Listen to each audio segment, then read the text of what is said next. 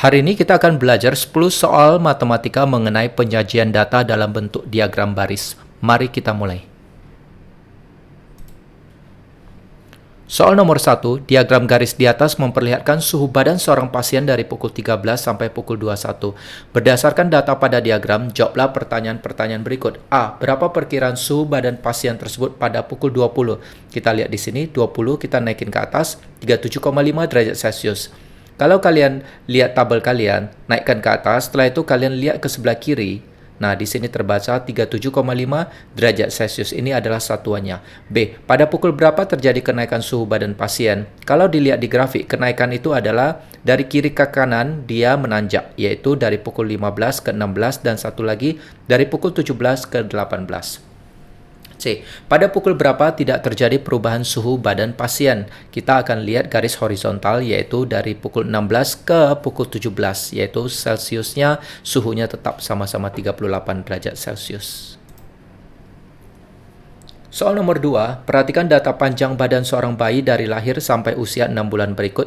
Sajian diagram garis yang benar terhadap data di atas adalah, dari tabel ini kita lihat usia dari 0, dia panjang badannya 50 cm, usianya 1 bulan 52 cm. Dari 0 sampai 6 kita buat di grafik garis horizontal dari 0 sampai 6 dengan panjang yang sama ya, kalau pakai penggaris misalnya sama-sama 1 cm, dan yang naik ke atas kita nggak usah mulai dari 0, kita boleh mulai dari data terendah 50 dan kita rendahkan lagi 45. Setelah itu kita bisa buat kelipatan 5, 50, 55, 60, 65, dan 70. Itu terserah kalian. Nah, kita mulai 0 ke 50, berarti kita bikin dotnya di sini. 1 ke 52, 1 ke 52. Nah, 52 itu bagaimana cara gambarnya? Dari 50 ke 55, kalian bayangin kita bagi menjadi 5 space. Ya, jadi 50 di sini, 51 di sini, 52 di sini. Berarti kita gambar dotnya di sini. Dan 2 ke 54 sama, 2 ke 54 berarti kita imajinasikan 54 adalah di sini. Kalau kalian punya penggaris, kalau di sini 1 cm berarti kalian bagi 5.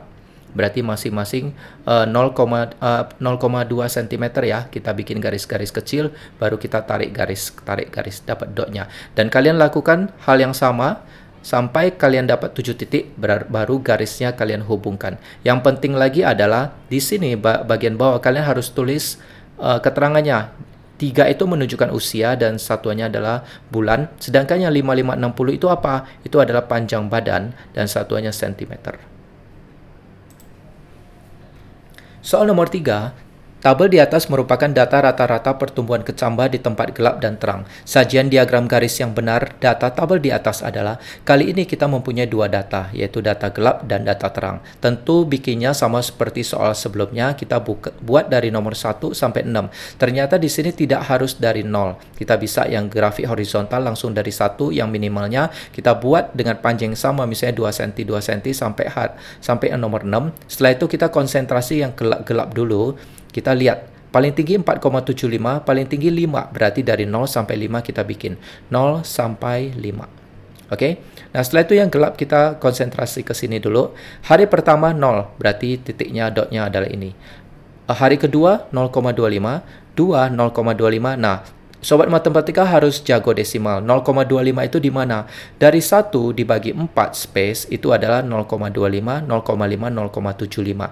Jadi kalian bikin garis kecil di sini, 0,25 adalah di sini. Dapatkan. Setelah itu, hari ketiga itu 1 cm. Hari ketiga 1 cm gampang ya, kita gambar yang ini. Kita tarik garis dari 1 dan tarik garis dari 3, dapatkan dotnya. Setelah itu, hari keempat 1,75. Hari keempat ini 1,75. Nah, sekali lagi kita hitung. Di sini 1, kita bagi menjadi 4 space. 1, 1,25, 1,5, 1,75. Berarti 1,75 adalah di sini. Setelah itu, hari kelima 2,5. Hari kelima naik ke atas, 2,5 itu gampang, berarti di pertengahan antara 2 dan 3. Berarti di sini tarik garis, kita dapatkan dotnya. Hari ke-6 4,75. Oke, berarti dari 4 kita imajinasikan 4,5 itu di tengah, naik sedikit lagi 4,75. Tapi hendaknya jangan pakai kira-kira, pakai penggaris bagi 4 sama rata. Ya, masing-masing 0,25 cm berarti ini. 0,25 senti. Kalau ini masing-masing 1 senti. Nah, begitu pula sekarang yang terang kalian pakai warna lain, yang tadi misalnya warna hitam, yang terang misalnya pakai warna merah, kalian bikin hal yang sama lagi, maka akan didapatkan grafiknya. Dua grafik, dua garis dalam satu diagram. Dan tentu yang penting yang untuk diingat adalah kita kasih tahu legendanya bahwa yang warna hitam itu adalah untuk panjang batang di tempat gelap, dan yang oranye itu adalah panjang batang di tempat terang. Ini penting. Soal nomor 4, perhatikan diagram garis nilai tukar dolar Amerika terhadap rupiah berikut. Penurunan terbesar nilai tukar dolar Amerika terhadap rupiah terjadi pada tanggal. Nah, kita lihat di sini adalah tanggal 13 April sampai 21 April. Kita baca 13 April sekitar 15.640 rupiah untuk penukaran 1 dolar. Dan begitu seterusnya. Ini gampang, tinggal lihat penurunan terbesar. Penurunan terbesarnya ada 2. Yaitu dari tanggal 16 ke tanggal 17 dan dari tanggal 17 ke tanggal 18. Penurunan terbesar, kalian imajinasikan kalian turun gunung, mana yang lebih terjal? Berarti yang ini ya, lebih terjal. Berarti jawabannya adalah pada tanggal 17 April. Kalau kalian tidak yakin mana yang lebih terjal, kalian bisa kurangin, yaitu dari ini 16.650 kalian kurangin dengan 15.430, selisihnya berapa? Setelah itu kita hitung 15.430 kurangin dengan 15.100, selisihnya berapa? Hasil yang lebih besar itu menandakan penurunan yang lebih besar. Soal nomor 5, perkembangan berat badan balita yang ditimbang selama 12 bulan mempunyai hasil berikut. Diagram garis yang tepat dalam menyajikan data di atas adalah, kita lihat dari Januari 4,5 kg. Kita buat dari sini Januari, tidak harus dari 0 ya, Januari langsung menuju ke Desember masing-masing misalnya 1 cm. Setelah itu kita lihat angka terendah 4,5, kita bisa mulai dari 4, angka tertinggi 7,5, kita bisa berhenti di 8. Jadi misalnya ini 2 cm nih, 2 cm, 2 cm, 2 cm, berarti tengahnya adalah 1 cm. Jadi kita baca ya, Januari 4,5, ini gampang, 4,5 di sini. Februari 4,8. Nah, ini kalau begitu yang tadi 2 cm kita bagi 10 karena ada kelipatan 0,2, 0,3. Kita bagi 10 berarti masing-masing ini 0,2 cm. 0,4, 0,6, 0,8, 1 cm, 1,2, 1,4, 1,6, 1,8, dan 2 cm. Ini kalau kalian pakai 2 cm. Setelah kalian bagi kecil-kecil, kalian harus jago bacanya. Tengah itu adalah 4,5. Berarti 4,6, 4,7, 4,8. Tarik garis. Dan seterusnya. Kalian harus latihan ini. Kalau kalian nggak suka seperti ini, kalian bisa bikin setiap 1 cm kelipatan 0,2 cm. Jadi contohnya 4,5, 4,6, 4,7, misalnya 4, 4,2, 4,6, 4,8, dan 5, dan seterusnya. Itu juga kalian bisa lakukan. Soal nomor 6, Dika sedang sakit. Suhu badan Dika dari pukul 8 sampai dengan pukul 24 selalu berubah. Suhu badan Dika pada pukul 8 adalah 39 derajat Celcius. Pada pukul 10 turun 1 derajat Celcius. Oke, saya berhenti di sini dulu ya. Kita mulai dari jam 8. Ini kelipatan 2, jam 10, jam 12, karena angkanya nih ya, jam 8, jam 10, jam 12, jam 14, jam 18, dan tidak usah khawatir kalau ada angka ganjil, kita tinggal ambil tengahnya. Jadi kita bikin ya 8, 10, 12, 14, 16, dan seterusnya dengan panjang yang sama. Dan setelah itu kita lihat angka untuk suhu badan. Suhu badan yang terendah kita lihat di sini adalah, kita nggak tahu yang mana terendah. Kalau gitu kita harus hati-hati. Oke, kita anggap kita mulai dengan 35 karena suhu badan manusia tidak bisa lebih rendah dari 35 tanpa ada kondisi luar ya, campur tangan kondisi luar. Kita anggap mulai dari 35, kita start di 39 karena jam 8 itu 39 derajat. Setelah itu kita baca pelan-pelan. Pada pukul 10 turun 1 derajat Celcius, berarti dari 39 turun ke 38 derajat. Pada pukul 12 turun 1 derajat Celcius lagi, di jam 12 turun lagi dari 38 ke 37. Pada pukul 14 turun 1 derajat Celcius lagi. Berarti dari 37 derajat kurang menjadi 36 derajat. 2 jam kemudian suhu badannya naik 1 derajat, yaitu ini pukul 16 ya. Berarti naik 1 dari 36 ke 37. Kita gambar dotnya. Pada pukul 18 suhu badannya naik 2 derajat Celcius. Dari pukul 16 ke pukul 18 naik 2 derajat Celcius. Berarti dari 37 menjadi 39 derajat. Dan pada pukul 20 suhunya naik 1 derajat Celcius. Di sini suhu 20, naik lagi dari 39 ke 40 derajat Celcius. Pada pukul 22, suhu badan turun 2 derajat Celcius, dari 40 turun 2 jadi 38 derajat Celcius, dan pada pukul 24 suhunya menjadi 37 derajat Celcius. Di sini ya, 24, 37 derajat Celcius. Setelah itu kita hubungkan dot-dotnya menjadi diagram garis. Sajian diagram garis yang benar berdasarkan keterangan di atas adalah, ini dia jawabannya. Soal nomor 7, Ferry minum 80 mg obat untuk mengendalikan tekanan darahnya. Grafik berikut yang memperlihatkan kandungan obat dalam darah Ferry setelah 1, 2, 3, dan 4 hari. Berapa banyak obat yang masih tetap aktif pada akhir hari kedua? Ini gampang sekali. Grafiknya sudah ada tersedia. Akhir hari kedua masih ada berapa? Hari pertama ketika minum 80 mg. Hari pertama tinggal 30 mg obat yang ada di dalam kandungan darah. Hari kedua tinggal 12 mg. Berarti ini jawabannya.